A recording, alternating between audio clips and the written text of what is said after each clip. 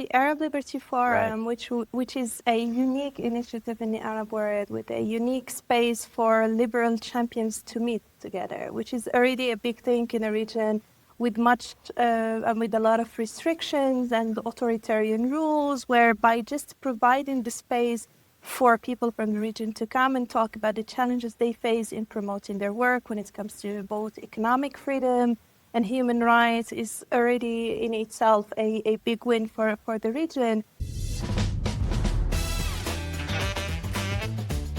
This is Atlas Network with Michael Carnuccio.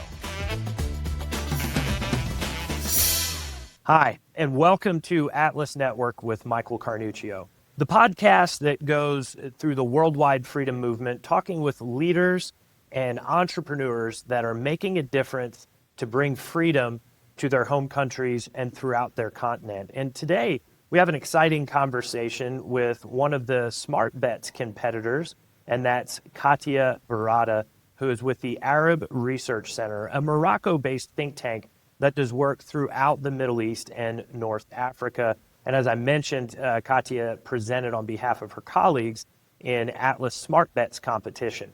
The Smart Bets competition happens at every Liberty Forum, and then the winner from each, so including the winner here in Kenya, we're in Nairobi right now for the 2025 Africa Liberty Forum. The winner here will go in November of 2025 and compete against the other Smart Bets winners from the other Liberty forums, the regional forums across the globe. They will all compete to see who becomes the Smart Bets 2025 champion. And so with that, Kathya, excited to have you today. Thank you so much for being on the program. Thank you for having me. Well, let's start with the Arab Center for Research. Tell us about the mission and the objective and kind of the work that you all do. So the Arab Center for Research is the first liberal think tank in the Arab world and the first in Morocco as well. So the work of the Arab Center is the classical work of a think tank. So we do organize conferences, training, and our flagship program is the Arab Liberty Forum, which we organize yearly in Morocco and hopefully this year in Tunisia. We do have training programs and we do run summer schools. We also have translations of book. We produce policy brief with the idea to promote liberal ideas across the MENA region, in the Arab world and across the MENA region. So that's on a nutshell what we do, but I would be happy to discuss more along the podcast. Yeah, sure. So maybe we could dive a little bit deeper there and talk about a particular success that you're most proud of or a program that a lot of the peers throughout the worldwide freedom movement might be familiar with. So, as I said, the Arab Liberty Forum, Right. which is a unique initiative in the Arab world with a unique space for liberal champions to meet. So it's providing a space pretty much similar and very much inspired by the Atlas Liberty Forums throughout Sure. the world. So the idea is to provide a space for different liberal champions across the region to meet together, which is already a big thing in the region with much and with a lot of restrictions and authoritarian rules, whereby just providing the space for people from the region to come and talk about the challenges they face in promoting their work when it comes to both economic freedom and human rights is already in itself a big win for the region. So that is a program we're very proud of, and especially that it has been a continuous program for 9 years in a row. Congratulations. And 10 years and Yeah. 9 years. The only year that we skipped, and we still had an online version for it, was during COVID Sure. time. Yeah. So it is 10 years in a row that we have been hosting the program in Morocco, and we are very, very proud of that, the continuity of which has made us very, very proud as a team. So you mentioned Morocco. You're a Morocco-based group and you hold some events there, but obviously the focus is throughout Middle East and North Africa. But what is the climate in Morocco, or what advantages maybe do you have operating in Morocco? First, I mean, the Moroccan case is a very interesting case Right. when it comes to the Middle East, and the Arab Liberty Forum and Festival started just after the Arab Spring revolutions and movements, where you had uprising in different countries across the region, starting with Tunisia, spreading to Egypt and Libya. And in Morocco, we had our own version of the Arab Spring Revolution, but I would say that was much milder and much more of a social protest for more economic rights. And we had kind of an interesting national debate around that, redrafting of the constitution, early elections that brought about the Islamist government to power for a couple of years. But the way that Morocco dealt with the revolution in the streets was a bit different, was I would say completely different from the way it was dealt with in Egypt or in Tunisia, making it a bit of a special case. I mean, we Moroccans, and I guess different nationality, like to look at ourselves as singular and as particular, but there are historical factors that, if you want, accounts for the way we consider ourselves as a North African country, part of the Middle East, but deeply North African. So with a monarchy and with a very, very long-lasting monarchy that has more than 400 years of a continuous ruling power over Morocco, and which has been a stabilizing force in a country, a cultural, historical symbol, traditional symbol, but also a force of stabilization. And I think during the revolution, that played an important role in making sure that the monarchy was able to address it hands-on, to address the social and the political challenges hands-on, and to stabilize more the country. I would say that today, when we host our events in Morocco, we have much more freedom in choosing the topics we want, inviting people, than the case would be in Egypt, for example, or in Tunisia. And our Arab friends from the region, they told us every year, why is it that you are organizing the Arab Liberty Forum in Morocco every year? I mean, it's an Arab Liberty Forum, for God's sake. You may also choose Tunisia and Egypt. And we tell them we would love to, but can you help us in getting all the authorization? And this is where no one is answering the phone anymore. So the idea is that we still can have a good deal of freedom. Morocco is far from being a full-fledged democracy, though. I mean, we still have our own internal challenges, both politically and economically. But I would argue that it is much, much freer than many countries around the region, which is good for our work because it helps us be a safe space and have a serious discussion, serious and honest discussion. And of course, your backyard there in Morocco is also known for hosting the Accords, where the United States, that was kind of the location for a lot of engagement and agreements with throughout the Middle East and North Africa.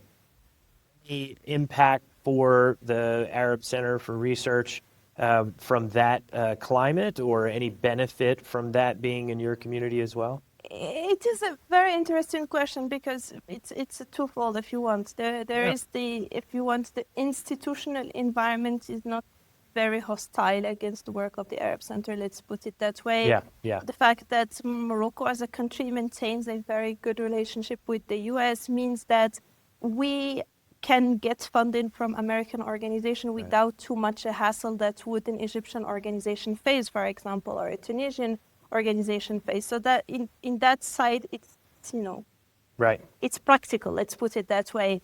But then again, from like popular kind of thing, you may seem like, okay, you are working with an American agenda, which is far from being true, but the perception, the popular perception sometimes, and the feedback that we get is that, okay, you are promoting a very liberal agenda, and it's again something that I think I said this morning. It's just like you have this tendency to believe that anything to do with free market, with the promotion of freedom, is more linked to colonial power and to occupation. And I have to say that this kind of mentality still exists in Morocco and across the region, unfortunately. So if you and your colleagues, if we were sitting in the office right now around the table and we were talking about either something present or just recent that you all felt really driven and motivated throughout the program area in the Middle East and North Africa, that this is why we have to do what we have to do, this is why the Arab Center for Research exists, is there something that comes to mind that is really a call to action right now for you all?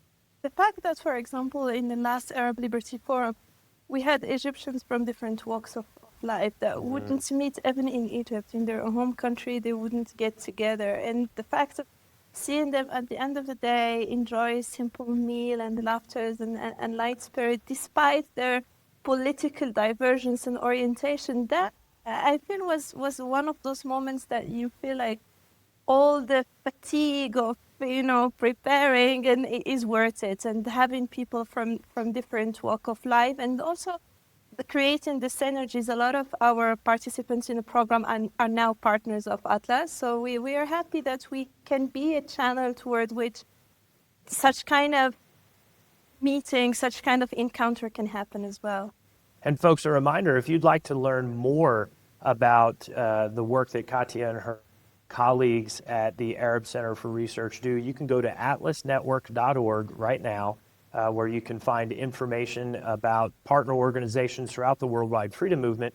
And while you're there, go check out another episode of Atlas Network with Michael Carnuccio, where we talked with the Free Syria Center, and Kathya's colleague, Nua, was on that and helped with some of that commentary and conversation, as the Free Syria Center was such a new venture here recently this year. So, Kathya, as we come back to a conversation about the work that you all are doing, what's on the forefront? What is, as you look forward toward the end of 2025 and into 26, what are some new programs that you're focused on? A very exciting one is that the Arab Center is the co-host this year of the Montpellier Society meeting in Marrakesh, which is it's very big event.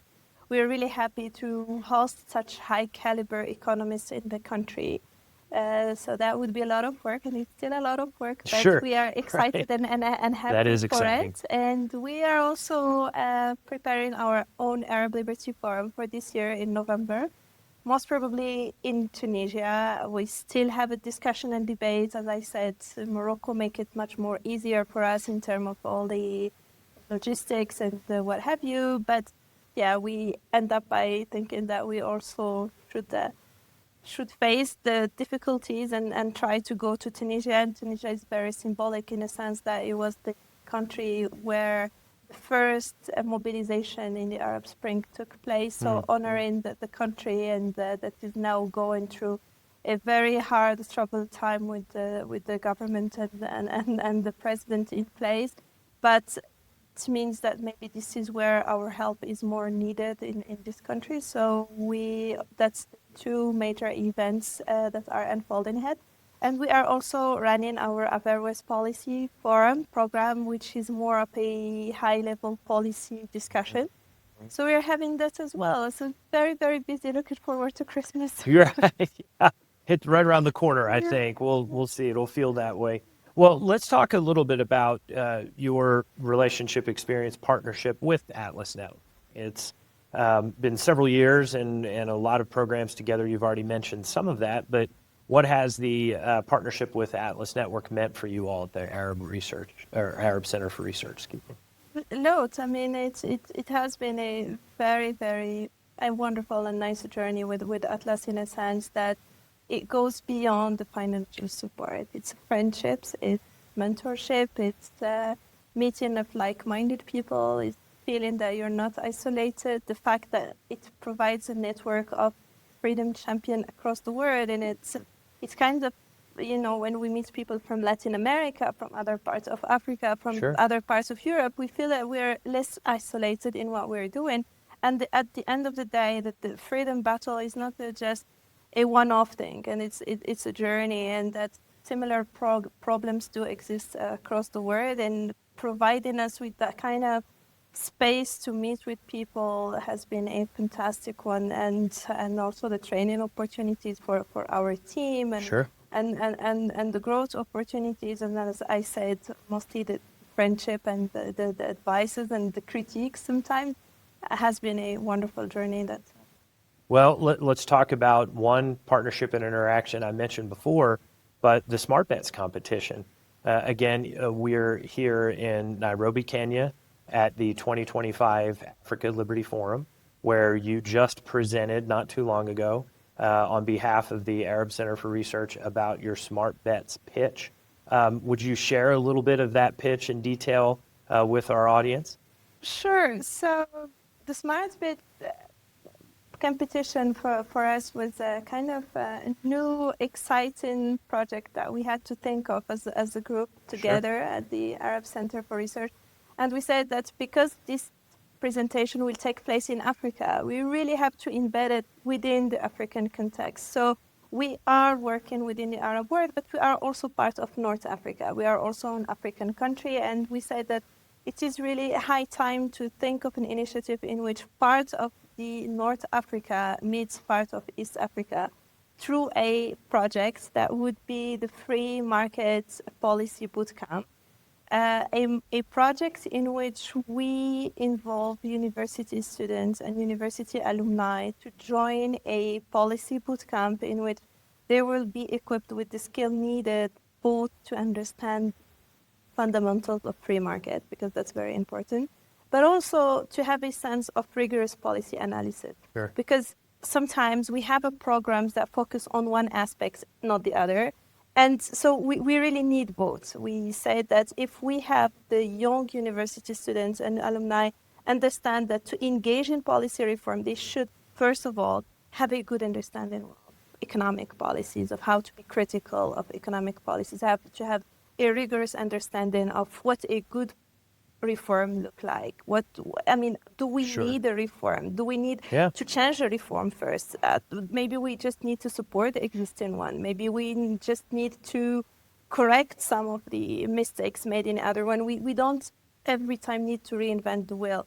So the idea is to have university students throughout 6 African countries, 3 in North Africa and 3 in East Africa, to join the program and to be trained during a 5-day very intensive bootcamp structure, a bit like the coding bootcamp structures. Yeah, sure. To have this kind of very intensive learning experience rather than a full long program in which they will need to present a capstone, a policy capstone project. Good. And the winner of the policy capstone at the national level will then go to a regional level to compete with the other universities for the African prize. So the project is unique in a sense that it links North Africa and East Africa. Sure. It's also unique in a sense that it is a blend of policy and more conceptual free market principles. And finally, it's also unique because we are capitalizing on the existing capacities of youth themselves, because they really generally are very tech savvy, at least much more savvy than me in using technology and using different social networks. Yep. So they can diffuse the message to larger audience. They Sure. can diffuse the message to non-conventional audiences of that. And generally, they are not invited to be part of the discussions, of the policy discussion. And they are the first one to bear the cost of a policy. So they really should be a part of the discussion. And there is nothing much that we can do about that, in a sense that the policy environment in countries across the African continent is very bureaucratic, let's put it that way. It does not channel the idea of youth. So maybe if they are using their voices, their social media networks, and they would create a ripple effect in which they would impose themselves as an important part in the policy making sphere. So let's imagine a scenario by which the Arab Center for Research, wins the Smart Bet competition and is able to move forward with this program, this project. What does success look like? If you and I were talking a year from now and you were presenting your case study on what happened, what would you project forward that success could look like? So now the idea at the inception is 6 universities. There's 3 in Morocco and 3 in North Africa and 3 in East Africa. Success would be that we are contacted by other universities in the region to join the program. So that would be a number one. So that there is some kind of, people, the program is so successful that we are getting attention for it, and other universities want to join the movement. Another important success would be that those youth are now building their own local networks to take the messages from their capstone, from their policy reform, from their recommendation, and take it to the policymakers through different channels, because we can train them on the conventional classical way of how to address policymakers. But again, it is a very local kind of Sure. effort to do. It is Sure. not, you would not approach a policymaker in Morocco and in Tunisia the same way that you approach it in Kenya or in Tanzania. And we are really advocates of local expertise, and we want to champion that. So a case study would be how a group in Tanzania was able to make a change and to meet with the policymakers through a very non-conventional mean that we wouldn't have imagined, Sure. for example, Sure. not through just, the normal classical publication, which are still very much needed, but non-conventional methods also can and will impact that. And that's how we envision that, maybe to grow from 6 universities to something like 18 universities would be Wow. great. And then move from just connecting North Africa with East Africa, but connecting the whole continent. The whole continent together. Yeah. Well, let's talk about the other side of what winning could look like, not from a programmatic standpoint, but just cultural for the team, right? What would winning smart bets mean for the Arab Center and your colleagues? That would be really like a beautiful, beautiful moment at the Arab Center, because I feel like the project is the idea of a project came as a collective reflection in the team, once we were invited by the Atlas to submit an application, we really had this kind of brainstorming around the idea, and we wanted something that means something within the African context, but something also that draws from our own expertise, Right. because we do have expertise in both policy training and both free market fundamentals. So it will mean that we are able to connect dots, because the project that we have been running so far are either free market or policy. So that would be like we are connecting our own internal dots, Yeah. and we are creating synergies beyond our classical frame and environment of reference, which is the Middle East. The Arab Center, we did by the past run projects in Mali, which was okay. also helping the Malian civil society to create a think tank, Sure. which was successful, and the think tank is still running now. It's called Think Peace. So we had some pretty good exposure also within the African continent, but not in the sense that this project will allow for. Yeah. That's much higher scale. So with everything you have going, adding a project to it would just be, Christmas couldn't come soon enough, right? Yeah. Well, let's talk just a little bit, if we could, about when you're not running all these programs and you're not spread throughout the Middle East or North Africa and bringing your colleagues together.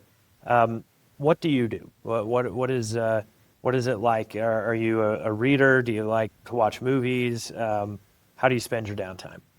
Yeah, I am a reader. I'm a big reader.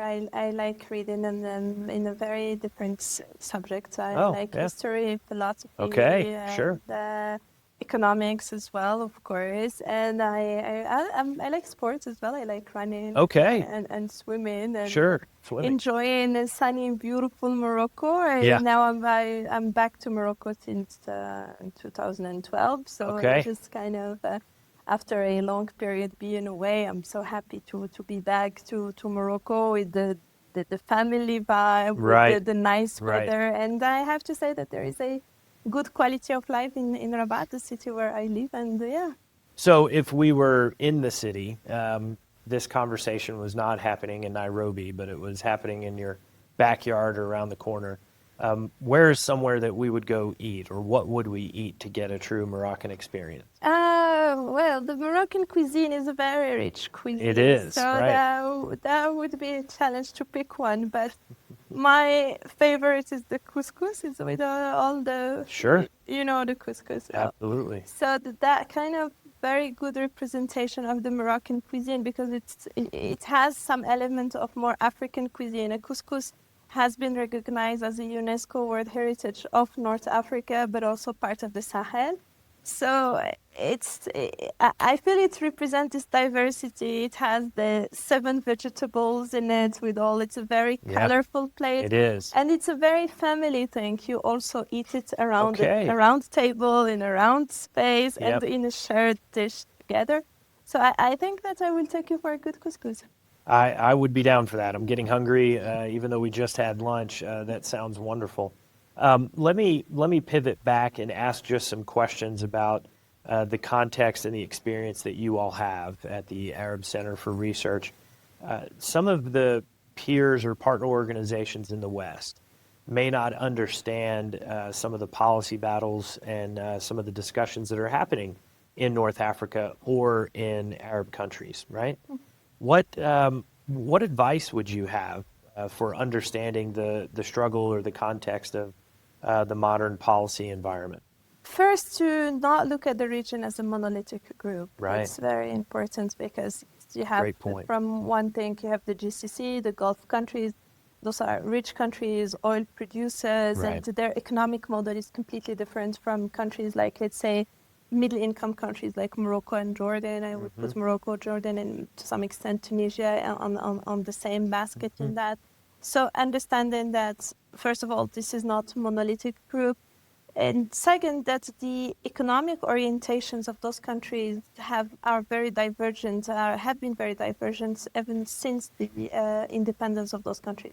So, for example, in a country like Algeria, the more socialist orientation was very predominant since the independence of the country. Morocco made a different choice to go more toward, I would not say again, full-fledged free market economy, but at least the state still run important sector, but it has been happy and willing to relinquish power over some other sectors. So to understand that the economic model of those countries have been very much dictated by political choices, early political choices that meant a political alliance back then, because you have to understand that within the context of the Cold War as well. So, for example, Algeria would be more into the USSR, the Russian side, and Morocco would be more toward the Occidental, if you want to say. So that kind of early political orientation has implication on the economic choices and economic business model, economic structure, and even the social orientation that you can see today. What is some way that partners throughout Atlas Network, or maybe some of the donors, could help with Middle East or North African organizations that you all work with and host at the Arab Liberty Forum?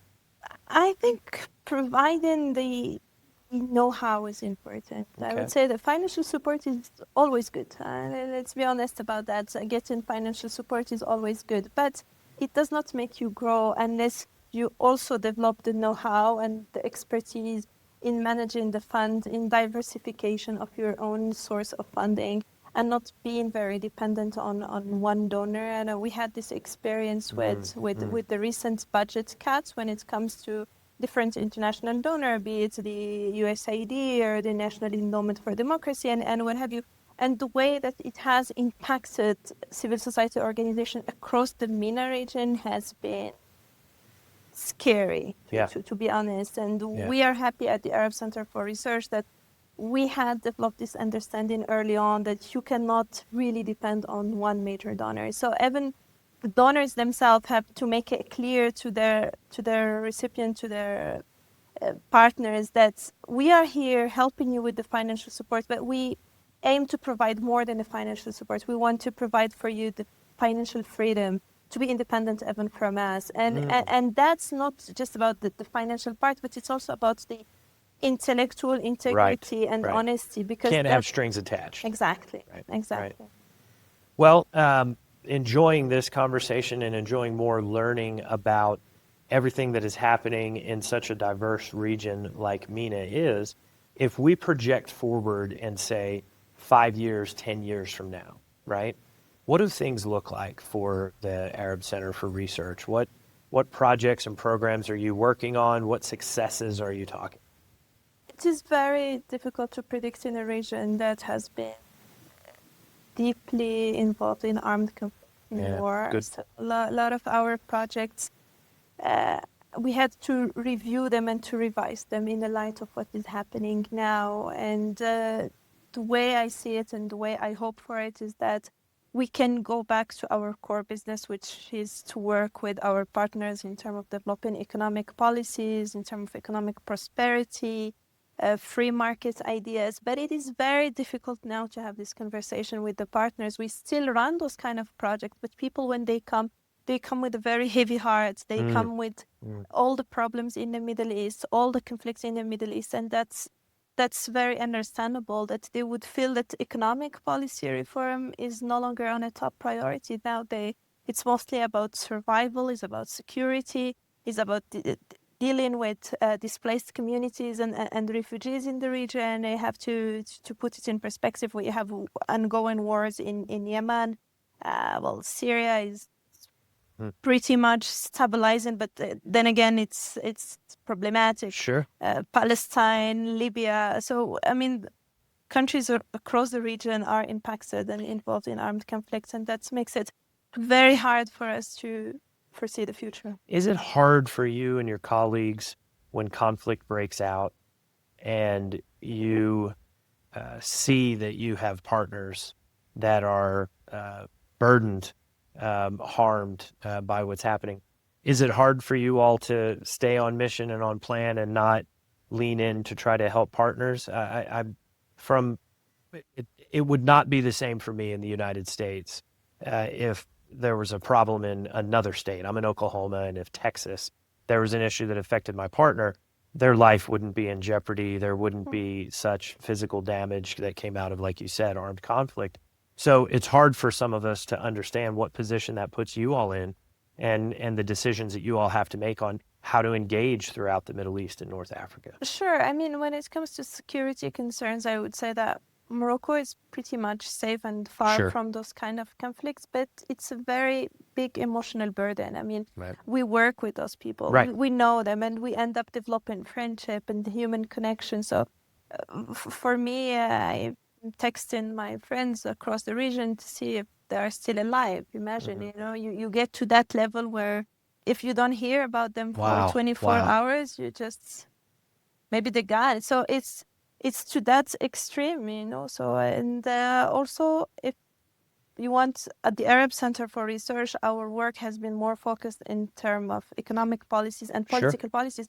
We don't work in subjects related to armed conflicts or, those kind of topics. But how can you work on economic issues and economic policies where people have burning houses, for example? So that's become less relevant to their day-to-day kind of struggle.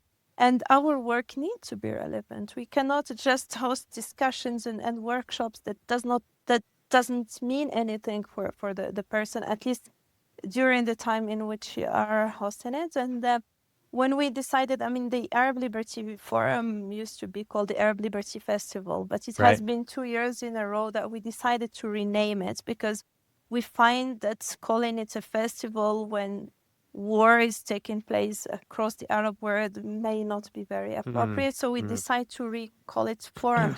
And we had these internal discussions at the Arab Center that should we keep it at all, and we spoke with partners from the region and with Atlas and with other partners, and we said that maybe this is what exactly we should do, is that we should keep it. We should keep the discussion going on. We should continue to provide this space for freedom champions to come together and to talk about this struggle. And sometimes we are very emotional in the region. Sometimes, it goes in cries and hugs, but that's also okay. That's also part of the work that we are doing. Well, folks, as Kathya just mentioned, Freedom's Champion, a reminder that with a $25 contribution at atlasnetwork.org, you'll receive a complimentary copy of Freedom's Champion magazine, where you'll learn all about partners throughout the worldwide freedom movement, including the Arab Center for Research and what Kathya and her colleagues are doing. And so, Kathya, as we wrap up the conversation and opportunity we have here together, I'd like to ask you with a concluding question.